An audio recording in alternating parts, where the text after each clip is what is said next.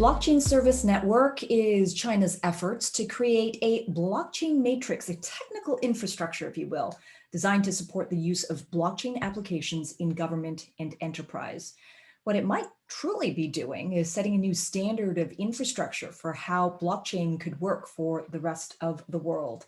Welcome to Word on the Block, the series that takes a deeper dive into blockchain and the emerging technologies that shape our world at the intersection of business, politics, and economy. It's what we cover right here on Forkast.News.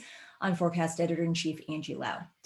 Yeah, we're talking about blockchain services networks here, and CasperLabs, a proof-of-stake based smart contract, just announced that it's doing a partnership with China's BSN to cater to the network's global developers. Now, it's the latest blockchain protocol in a growing list on BSN in China. And what does this mean for developments in China? What does this mean for the world? Well, joining us today is CasperLabs CEO Mrinal Manohar. And Mrinal, it is great to have you on the show. You are dialing in from Dubai right now, right? That's right. I'm in Dubai, and it's a pleasure to be here, Angie. Thank you for having me. Great to have you. Of course, you're traveling when most of the world is staying put, and you're here to tell us, and we'd love to know more about this. You just signed with China's Blockchain Services Network. What does this actually mean? Yeah, I think China as a country is taking an extremely progressive stance on blockchain, at least in terms of the technologies. Let's separate how they deal with tokens and cryptocurrency, and let's talk about blockchain technology as part of the technology stack, well, which really is probably the most important part of it. I think China's taking an extremely progressive position here. It's one of the few countries which has a government-endorsed network, which is trying to be layer one and network agnostic at first, as is any technology. But obviously, over time, you will have networks that have more usage, networks that have less usage based on their feature set and usability. I think this is a great initiative by the Chinese government. I think Red Date Software, are doing a really good job with this. I think the issue is people are scared to use blockchain technology primarily for a bunch of reasons, but one of the big reasons is regulatory. People are like, I don't know if using this technology is going to get me into trouble. And I think having state level endorsement is a great way to push the technology forward. I think other countries should also learn from this and also embrace the technology as much as possible. We're super excited to be a pre-launch network that's already integrating with BSN. I think their aims to help enterprises and agencies use this technology, regardless of the cryptocurrency aspect, is a point of view that we share. So it was just a very natural partnership. It was great speaking with you, fun, and we agreed on most of that stuff. A lot of our audience comes from enterprise and commercial space, and just starting to understand the impact of blockchain services network. So let's talk about that a little bit more. And I'd love your insight and perspective there. Blockchain Services Network is what China is enabling blockchain protocols like CasperLabs, but a whole host of others, including Ethereum, and just an enormous list of layer one protocols, as you've said. And what it actually is creating is this technical infrastructure that allows everyone to participate on this platform, so that local governments might decide to, incorporate some smart city layering using blockchain. They might work with CasperLabs, but then they might work with Ethereum, or they might work with Quorum, or they might work with a number of other layer one protocols. So that's the China side. And then there is another side to this. This is Blockchain Services Network International. So can you tell us the difference? Will you be working on both infrastructures that yes, BSN... yes, we'll be working with both. We think there are use cases where you want your infrastructure to be limited to a certain geography. I get it. There's local regulation, etc. And so I see why there's also localized offering, but we're definitely working with both. The core public network that we're launching is highly diversified. We have validators from every major continent in the world, and hundreds of them. And so the network is going to be highly diversified and geographically split. And so we will work with both arms of the agency. The one area where the Casper network technology is slightly different from other blockchains is we don't really mandate, private or public setting. It's a completely public permissionless network that we're setting up, but you can use the software in a private permission to instance if you wanted to.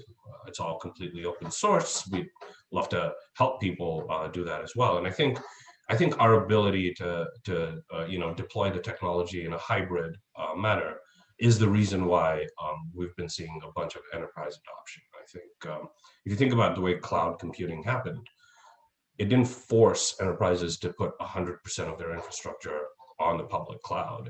It let people pick and choose. And I think that's fairly important for any technology to set. So yeah, we'll work with both sides. And I think because of that modality, it kind of makes a lot of sense for us. In real world terms, how would people work with BSN and this menu of choices that it now includes CasperLabs?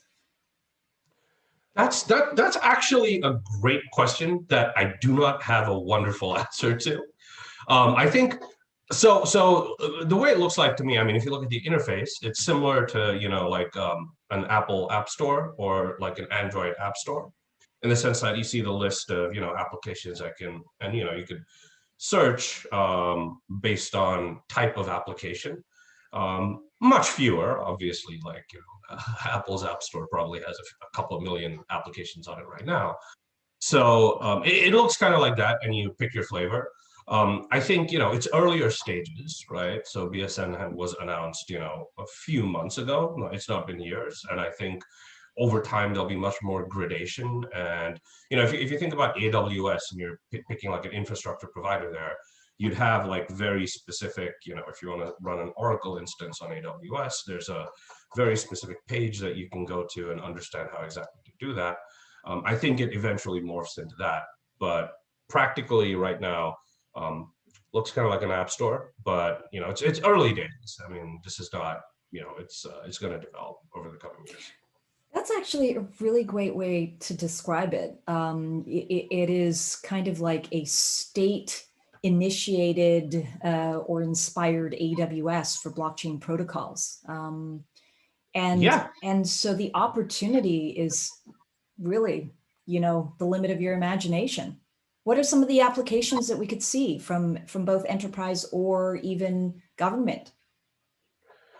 Yeah, I think so. Rather than talking about like very specific use cases, I'd rather talk about like what I think are the two things that are really exciting outside of finance, right? So decentralized finance and finance in general, I think everyone understands that, why it's interesting on the blockchain. Two things that we found really interesting and where we're seeing a lot of traction. One is use cases where digital uniqueness is really important. So if you step back and think about blockchain, what it does really well is create digital uniqueness. It's the best version of copy protection we've really ever had. We've tried to copy protect MP3s and movies for decades, and everyone's seen how that's failed pretty badly. And now we finally have a great copy protection technology. So things that require digital uniqueness, what would that be? A patent, the license to a song, the license to a video game. These are all instances where having digital uniqueness or the ability to count the amount of digital copies of something are really important. And we've seen a lot of traction there. One of the companies we're working with is called IPV. They have a patent database of thousands for Fortune 100 companies, and being able to publicly track licensing of patents, for example, is really powerful, especially given it's kind of like a butterfly network. There's 200 patent offices worldwide, thousands of companies that interact with these. trying to be at the center of a butterfly network like that can be hugely valuable. Similar to, when people actually, if they think about like why Amazon is so successful, it's because they've bridged a massive butterfly network of a huge set of sellers and a huge set of buyers. And so you can do similar things with patents, you can do similar things with music, etc. So that's one use case. I think the other use case is where counterfeiting has real world consequences. Like, for example, if a bad part got into like an airplane engine, that would be really bad, right? Like it could crash and things could go really bad. So, while supply chain is interesting, it's more interesting where the risk of counterfeit is a real problem. And we've seen like a lot of use cases there where the risk of counterfeits in medical devices or extremely high-tech industries could have life-threatening consequences. And blockchain is a great way because the immutability of like the track and trace of that underlying product is much higher than existing technologies, and these are done manually right now. It's very expensive. So I'd say those are the two, call it, flavors of things other than finance that we're seeing a lot of traction in. I do think it's only going to be limited by people's imagination, but right now this seems to be where there's at least a willingness, because I think the obviousness of the revenue and cost saving opportunity is quite evident, as opposed to some of the other use cases where it might be more of a stretch. Well, and even if we just take your example of supply chain in healthcare and medical supplies, China is one of the world's largest exporters of face masks, right? And while there are enormous magnitude of face masks that are up to standard and have passed all the rules and regulations, there is also, unfortunately, that fake market. And there have been been exposure in that. And so even with COVID-19 and vaccinations, it is absolutely integral to lives that this is a real vaccine that has been traced to source and is real and not fake. So to your point, I think that we are seeing real world cases right now. Absolutely, yeah. There's a lot of cases where the risk of a counterfeit product could have life-altering consequences, and if we have the technology to solve things like that, I think it's just irresponsible not to. So with BSN, what value does Casper Network bring specifically to Blockchain Services Network in compared to other protocols on the list already? Well, quite a few. I think if I split it into three parts, the first is we're really about scalability without any sort of sacrifice. Like if you think about the industry in general, everyone's view is like, what should we do different from Ethereum to get this thing to go faster? And our view has been, no, we think Ethereum kind of has it right. Like if your protocol isn't fully decentralized and doesn't have a security level similar to proof of work, you're just using an expensive technology that doesn't get you all the benefits of being a blockchain. But bear in mind, blockchain is always going to be a more expensive technology than a database. There is cost saving associated with centralizing computation, and there is a cost to spreading it out. And so people are only going to pay that cost if they're getting the benefit from it. I think that's a reason why Bitcoin and Ethereum are the most popular networks right now, because they don't sacrifice decentralization or security. Our approach right from the beginning, and why we're called the Casper Network, is we started with the starting point of Ethereum research, which was CBC Casper, which was proposed around 2017. We were really, really fortunate to have excellent researchers like Dr. Daniel Kane, Andreas Fakler, and others at Cardinal Cryptography that really took CBC Casper to a place that is provably live, provably secure. So we have a pure proof of stake protocol that doesn't rely on random sampling, doesn't rely on sharding, doesn't rely on any of the sacrificial methods to actually scale. So you get the same level of decentralization and security that you would in a regular proof of work chain. And it's still, a couple of orders of magnitude faster than the current proof of work chains. So that's one. I think the second reason why a partnership like this makes a lot of sense is on the UX and developer experience side. That's actually where we've spent a lot of time. We support open programming standards. We support Rust and assembly script right out the gate, but over time, anything that compiles down to WebAssembly. But we also have like specific features that are really good for UX. Like if you think about blockchain, sender always pays a transaction fee. And in our model, you could write a smart contract in a way that the receiver does. The owner of the dApp actually fronts the cost for transaction fees. You can use any sort of payment methodology, which creates really good end user experiences. And there's a couple of other features, but I won't go into too much detail. But essentially, we're very, very developer and enterprise friendly. We have CI/CD, which enterprises need. And the third thing is the ability to use the software in hybrid, private, public, doesn't matter what modality you want to use it in. A lot of use cases we're working with, they keep a lot of the infrastructure private. They run an instance of the Casper blockchain privately, and then they get all the trust and all the great stuff about the public network, but only on their terms. They don't have to violate any of their customers' NDAs or any of their customer requirements, because there's the data that they want to keep private is kept private, but the fact that a certain event or a certain transfer happened is now immutable because they've put that on a public network, which they are unable to reverse. And I think that way you get the best of both worlds. And I think we're fairly unique in the sense that we've set up our software to be deployed in any modality, which I think is important for the industry in general. So I'd say it's those three things. Yeah, and what does it say about your global expansion strategy and certainly, your goal to expand into Asia? Yeah, I mean, it's first move of many. We recognize that Asia is an extremely important geography for us. As a company, we're primarily based in Europe. Most of our engineers are in Europe, and we're based in Switzerland. But we understand, both in terms of investment, right? Like, we've raised just under 40 million to date, and a lot of it's come from China. From funds like Hashkey with the Wanxian Group, SNZ Pool, BSN, lots of amazing partners. So we've been lucky to have like a great investor set, but at Rocktree and Waterdrip, Consensus.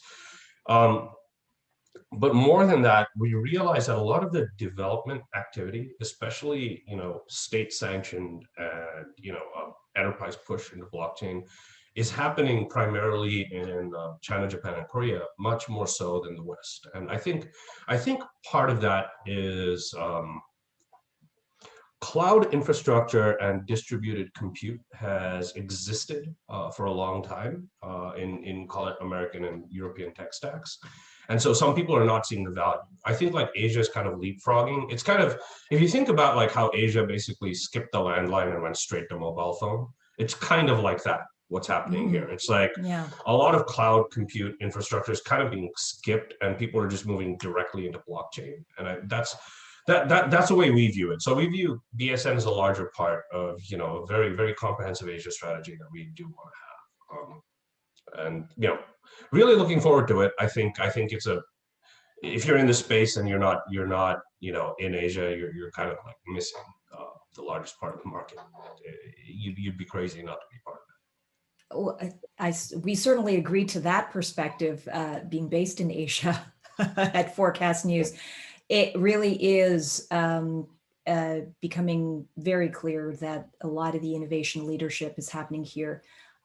Certainly from the regulatory point of view, even, and just creating an environment in which that is being nurtured. I think BSN is par for course the premier example of that. When you have a state-initiated infrastructure layer that allows international blockchain protocols to work in China, but then also work internationally. I'm curious about that, the BSN China and BSN International. So what would the impact be on the China side for you and the international side. Is that distinction clear to you?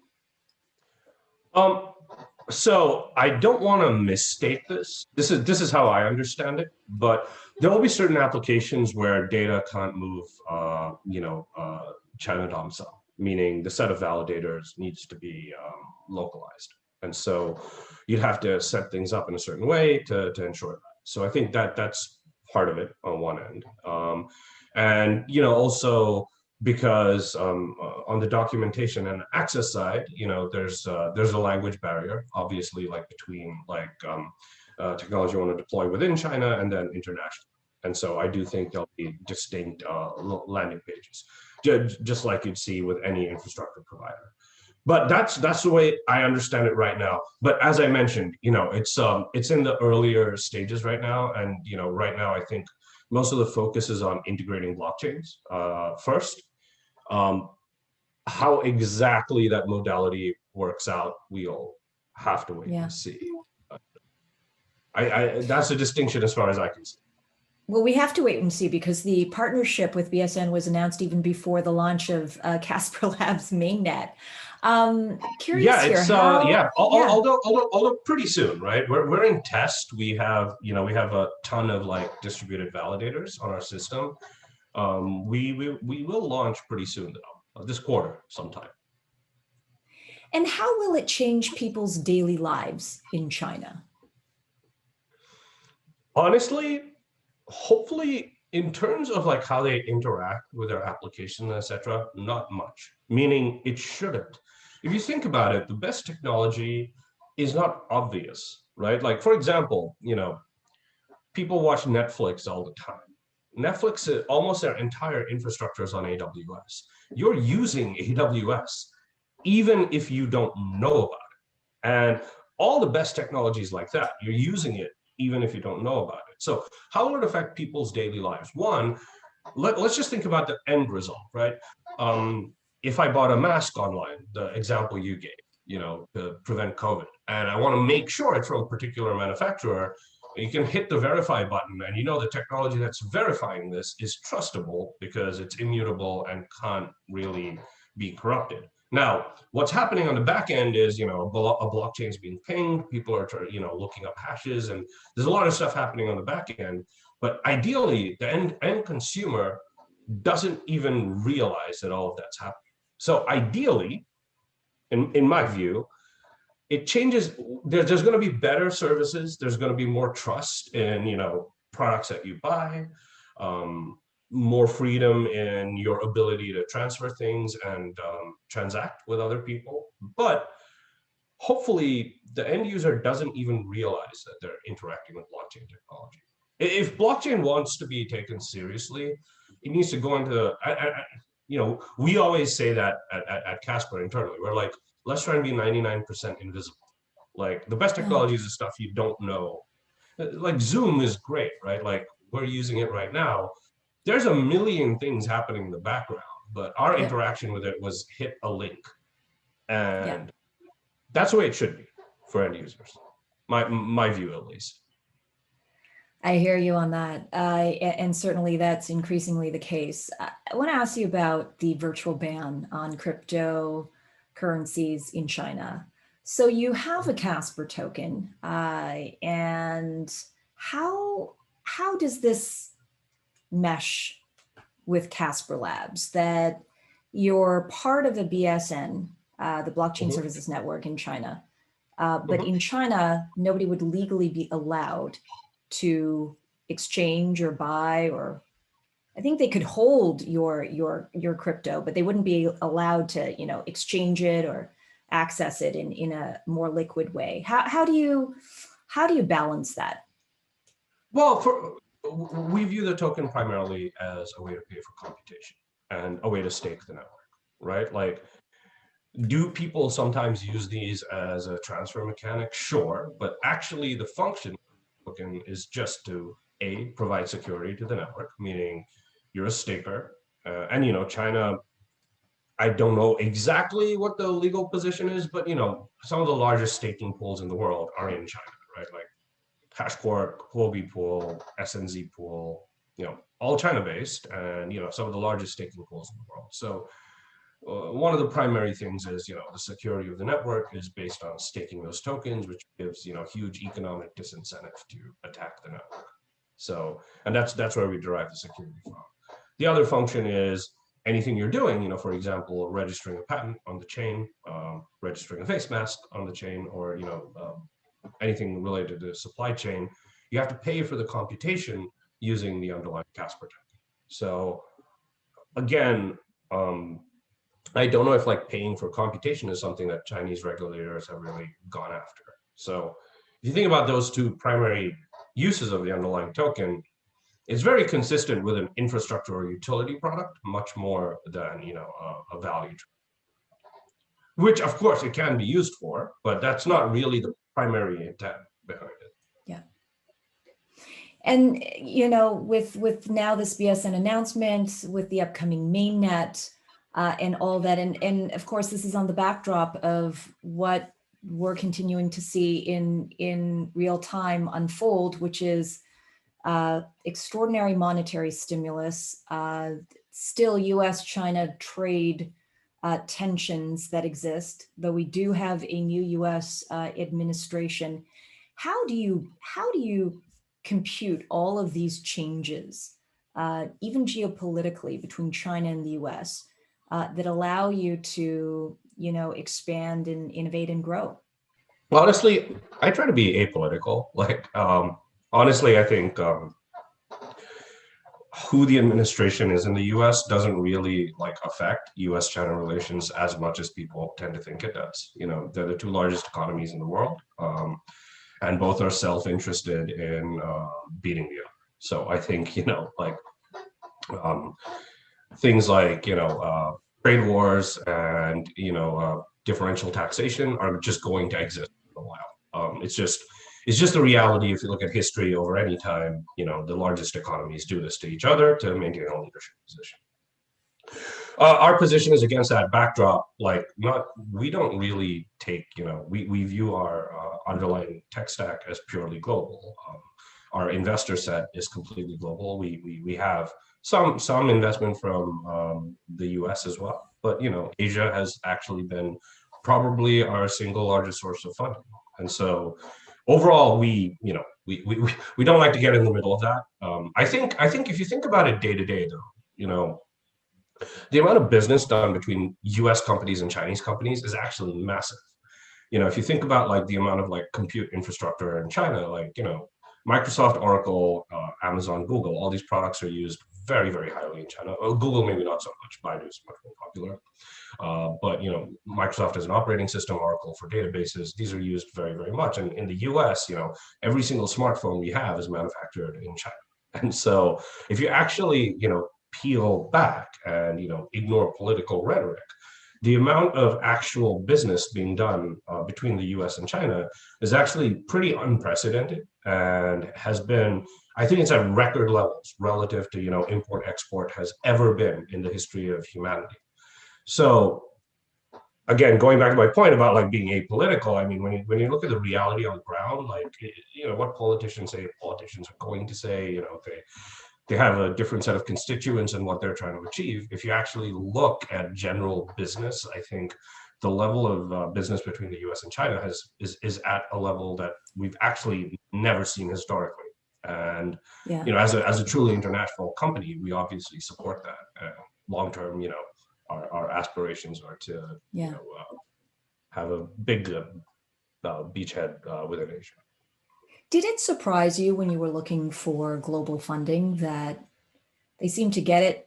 I mean, obviously, a big part of your funding comes from Asia. Did it surprise you that it didn't equally come from the US side or the West side? Oh, no, I'd say we're about 50-50. We got quite a bit from Europe as well, because we're European based. No, it didn't surprise me. I mean, if you look at, you take CoinMarketCap or any database and you look at exchange volumes and you look at the pairs and see where most of the trading is being done, Asia is about 50 to 60% of this market. And so, you would expect that if you were to just table stakes, go around and see like who's most interested in participating in a blockchain project, you'd get about that percentage from the region. So I'd say not really surprised. Seems pretty consistent with what we'd expect, just given the relative size of the markets and interest in different places. The US, I think, and there's some really good VCs who are like really supportive of blockchain technology. But in the US, I think part of it has to do with, the financial system is fairly sophisticated. And so people like aren't as hungry for innovation, which I think is bad, by the way. I mean, like, I think that's a complacent attitude, which will not work out well. But I think that's really the explanation why, it's not exploded the same way. The industry hasn't exploded the same way as it has in Asia. Well, it's kind of the equivalent of, why redefine the pedestal when you're standing on top of it? And yet everybody's right now redefining that pedestal, including CasperLabs as we speak. But, finally, I got to ask you this. When you think about BSN in China and just for one sovereign to say, okay, let's create an infrastructure matrix in the same way that as you used, AWS on the private side when it came to cloud infrastructure. Do you think an equivalent like that needs to be built from the West or outside China? Or do you think BSN International kind of is already defining that space as we speak? It would definitely be like a very viable alternative, I think. I would be surprised if a Western government at some point doesn't try to do a similar initiative. I'd be very surprised if they don't. They might be a bit late to the party, but I think it's almost inevitable. Someone is. But that's healthy, right? It's great for BSN to be first out the gate. There's always first mover advantage. And so it'll always be a viable alternative. I mean, it'll be like the biggest one in China, but it'll also be a viable alternative globally. I would be surprised if someone else didn't try to do it though. Like, you almost have to, otherwise like you kind of look irresponsible. So like I'd be very surprised if someone didn't. But I think it'll be a bit late. And I sort of applaud like what's going on in Asia is pretty cool. Like I said, people are leapfrogging. Cloud was not as big there as it was in the West. People have just basically skipped over that straight to blockchain, just like they did with the mobile phone. And, it's kind of. Well, it's the leapfrog both economically and technology wise that we have seen as part of the Asia playbook. It's how a lot of the economies have developed and continue to try to reach par with a lot of developed nations. So that's just a continued story that we see here, and now it's playing out in blockchain. But Mrinal, thank you so much. And the latest blockchain protocol, CasperLabs, to join BSN China and BSN International. It was great to get your insights as to how this all lays out. And thanks for dialing in. Of course. Thanks for having me, Angie, and glad to talk anytime. Thank you so much. And Cheers. Thank you everyone for joining us on this latest episode of Word on the Block. I'm Angie Lau, Forkast.News Editor-in-Chief. Until the next time.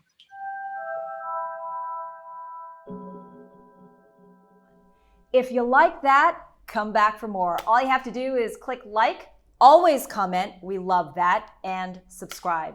And don't forget to watch the next one.